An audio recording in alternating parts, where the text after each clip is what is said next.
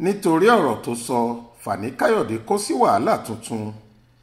Àsìkò yìí ò rọgbọ fún mínísítà fétò ìgbòkègbodò ọkọ̀ òfurufú tẹ́lẹ̀ rí nílẹ̀ wa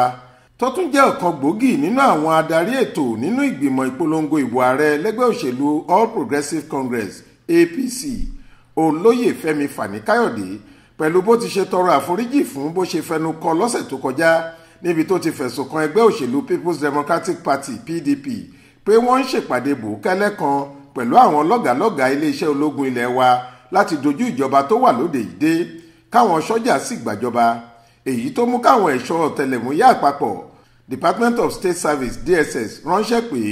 tí wọ́n sì fi béèrè pò ó nífúnpọ̀ lọ́sẹ̀ tó lọ ọ̀hún tí wọ́n tún ní kó máa yọjú sáwọn lẹ́ẹ̀kan lọ́sẹ̀ ọ̀rọ̀ ti tún bẹ́yìn yọ o wọ́n ti ní ojoojúmọ́ ni kí Fani-Kayọde máa yọjú sáwọn wàyí. Nínú ọ̀rọ̀ kan tọkùnrin tẹnu ẹ̀ mú bí abẹfẹ́lẹ́ náà gbé sórí ìkànnì abẹ́yẹfò ìyẹn Twitter rẹ̀ lópin ọ̀sẹ̀ yìí Fani-Kayọde kọ síbẹ̀ pé mo lọ fi ara mi hàn lọ́fíìsì àwọn DSS lọ́jọ́ wẹ́sídẹ̀ẹ́ gẹ́gẹ́ bí àdéhùn tí mo ní pẹ̀lú wọn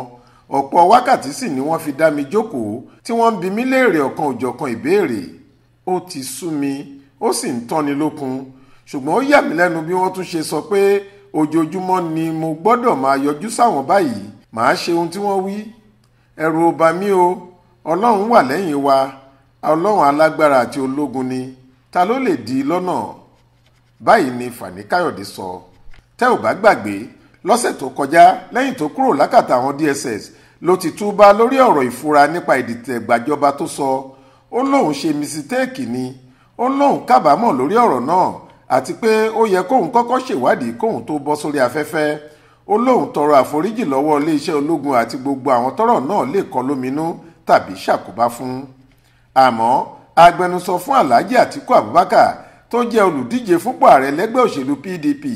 ọ̀gbẹ́ni Frank Shaibu ti ní kì í ṣe pé kí Fani-Kayọde sọ pé òun kábàámọ̀ nìkan ni ó ló tún gbọ́dọ̀ tọrọ àforíjì lọ́wọ́ Atiku kó sì jẹ́ káyé mọ̀ pé òun ti kó ọ̀rọ̀ tóun sọ náà jẹ. Faith Adébọ́lá ló ń jábọ̀ ròyìn fún iléeṣẹ́ tẹlifíṣàn Aláròyé online.